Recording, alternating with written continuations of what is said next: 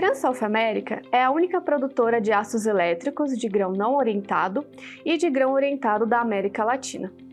A presença do silício na composição química desses aços, aliado ao rígido controle de processo em todas as etapas de produção, assegura excelentes propriedades magnéticas capazes de garantir maior eficiência dos equipamentos elétricos e economia de energia. Além disso, o aço elétrico da Peran é produzido de forma sustentável, utilizando carvão vegetal proveniente de florestas de eucalipto manejadas de forma responsável pela Peran Bioenergia, reduzindo os níveis de enxofre, carbono e outros elementos no processo de fabricação. Mas você sabe qual é a diferença entre o aço GO e o GNO? Os aços para fins eletromagnéticos, também conhecidos como aços elétricos, são ligas de ferro e silício, contendo até 3% de silício na sua composição química. O silício presente no aço é responsável por promover o aumento considerável da resistividade elétrica e, portanto, reduzir as perdas por corrente parasita no aço. O aço GO tem esse nome porque os seus grãos são orientados na mesma direção, o que faz com que ele tenha propriedades magnéticas muito boas na direção de laminação do aço, como baixíssimas perdas e elevada permeabilidade magnética, que é a capacidade do aço em amplificar milhares de vezes um campo magnético externo aplicado. Quanto maior a permeabilidade magnética, menor é o campo magnético necessário para se atingir um determinado valor de indução.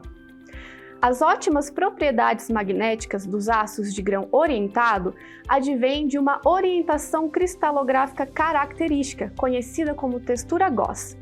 Nessa condição, todos os grãos estão orientados no plano 110 e direção 001, que é a orientação de fácil magnetização.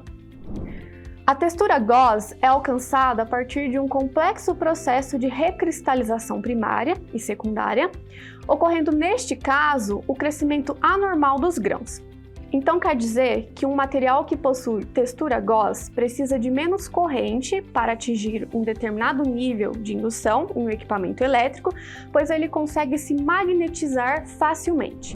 Neste caso, a aplicação se restringe a máquinas estáticas, como núcleos de transformadores de força e distribuição e reatores.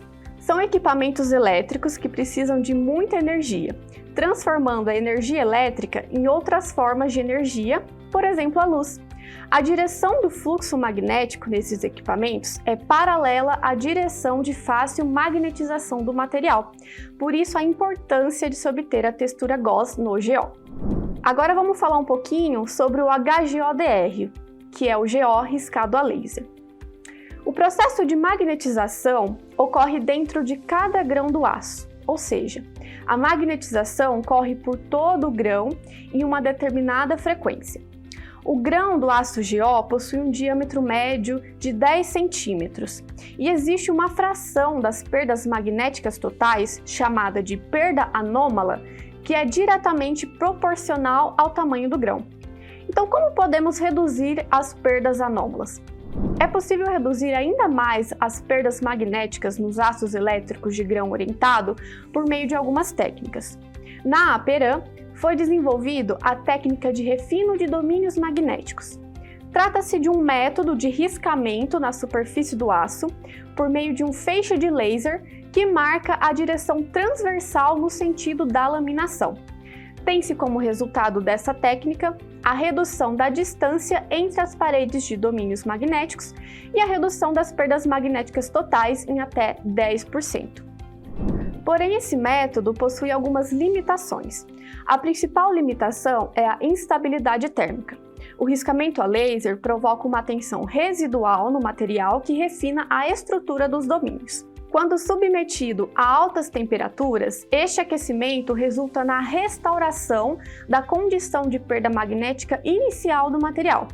Esse processo de alívio de tensão é muito utilizado por fabricantes de transformadores, pois reduz a perda no núcleo após o processo de fabricação, como o corte longitudinal, corte em ângulo e outros tipos de conformação. Agora vamos falar um pouco sobre algumas recomendações para o aço GO. Vamos falar um pouco sobre tratamento térmico para alívio de tensão no aço GO. Para os aços silício GO, a temperatura de recozimento deve estar na faixa de 780 graus Celsius a 840 graus Celsius, que é a temperatura de encharque. O tempo de forno deverá ser suficiente para garantir que todos os pontos da carga atinjam 1 hora pelo menos na temperatura de encharque. Devem ser evitados aquecimentos e resfriamentos bruscos que podem introduzir tensões no material. A atmosfera do forno deve ser neutra a levemente redutora e seca para prevenir a oxidação e a carbonatação do material. Esta situação evita a degradação do revestimento e das propriedades magnéticas do produto. Recomenda-se uma atmosfera de nitrogênio com 3 a 10% de hidrogênio durante todo o processo de recozimento com pressão positiva. A carga não deve ser exposta ao ar em temperaturas maiores que 400 graus Celsius. Até essa temperatura, deve-se manter a carga sob atmosfera de nitrogênio. Em temperaturas maiores do que 400 graus Celsius, sem atmosfera de proteção, pode ocorrer choque térmico na carga, prejudicando o revestimento e até introduzindo tensões térmicas no aço. Além disso, ocorre a oxidação do aço, formando uma camada avermelhada na superfície do aço. Essa camada oxidada pode chegar até mesmo a desplacar o revestimento, gerando problemas para o núcleo e aumentando a perda magnética do material. A coloração avermelhada do núcleo indica que o material entrou em contato com o oxigênio do ar acima de 400 graus Celsius. Para prevenir a carbonatação do material, é necessário, antes do tratamento térmico, remover óleos, graxas e outros compostos orgânicos das lâminas. Vamos falar um pouco agora sobre cuidados no manuseio e estocagem do aço GO. No manuseio dos aços elétricos, é preciso evitar deformações mecânicas de qualquer espécie, assim como qualquer outro dano ao produto. Deformações afetam as propriedades magnéticas do material.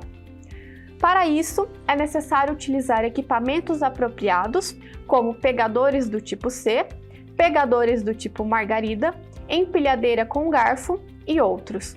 Os pegadores devem ser revestidos preferencialmente com borracha nas regiões de contato com a bobina. As pessoas que fazem o manuseio do material devem utilizar sempre equipamentos de proteção individual adequados, como luvas com fios de aço, mangote com fios de aço, botina com bico de aço, perneira, óculos de segurança, protetor auricular e outros. Outro cuidado é não trabalhar com luvas úmidas para evitar a oxidação do material. Durante o manuseio ou estocagem inadequada das bobinas ou tiras, tensões de dobramento são introduzidas, afetando desfavoravelmente as propriedades magnéticas. O local de estocagem deve ser coberto, fechado lateralmente, livre de qualquer influência da chuva. Deve ser limpo e seco, de maneira a prevenir oxidações indesejáveis. Para se obter um corte de qualidade, a primeira providência a seguir é verificar a limpeza do eixo e dos acessórios utilizados. Para o corte com tesouras rotativas, as lâminas de carbeto de tungstênio são as mais indicadas. Mas atenção! É importante checar sempre a condição das lâminas e dos anéis espaçadores e o paralelismo entre os eixos. É necessário ainda observar a folga vertical, evitando folga aberta e sobreposição. A presença dos cantos vivos de uma mesa plana ou um raio de curvatura muito pequeno pode introduzir tensões no material, prejudicando as propriedades magnéticas. Normalmente, o menor raio com o qual o material pode ser dobrado sem a ocorrência de deformação plástica é de 127 mm. Agora conta aí para mim, nos comentários. Você já conhecia o aço GO? Vamos gostar muito de saber sua opinião. Até mais!